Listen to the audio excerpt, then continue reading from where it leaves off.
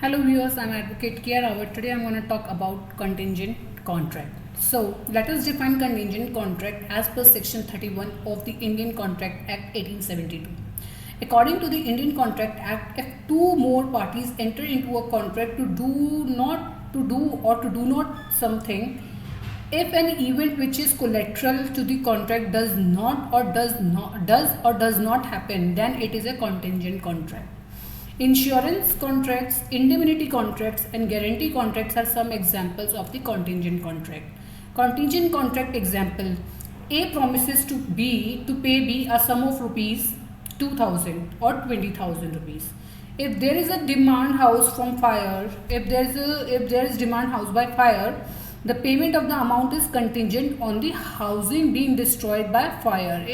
If there is no fire, B cannot claim the amount from A, who is not liable to pay since the fire was the collateral condition and did not happen. So here B cannot claim anything from A. What constitutes a contingent contract? So there are certain essential elements of a contingent contract as stated under section 31 of Indian Contract Act. Number 1, depends on the occurrence or non-occurrence of an event. A contingent contract will be deemed valid only if an event occurs and does not occur and it is not to the contract. Then contract performance must be conditional.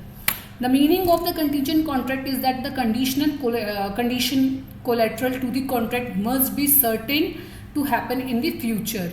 The presence of a condition is essential for a contract to be contingent. According to section 32 and section 33 of the Indian Contract Act states that enforcement of a contingent contract is subject to the collateral condition being fulfilled.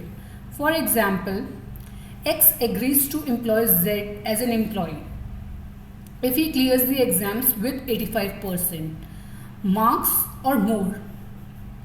This is the condition that X will give the employment to Z only if he will pass the exam with 85% or more. So X is liable to give the job to Z only when he meets the condition specified of clearing the exam with the required percentage. So the conditions of the contract must be a future event. A contract will be considered a contingent contract only if the event specified in a future event that may or may not be happening, as future is unpredictable. So it will be depend upon the unpredictability. So the condition specified must be collateral to the contract. A contingent contract is based on the occurrence or non-occurrence of the event.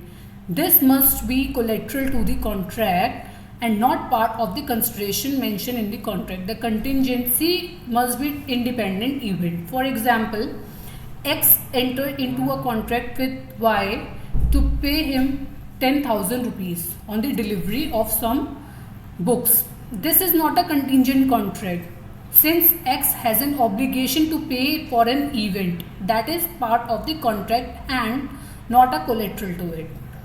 So I would like to give you one more example over here. For example, X enters into a contract with Y.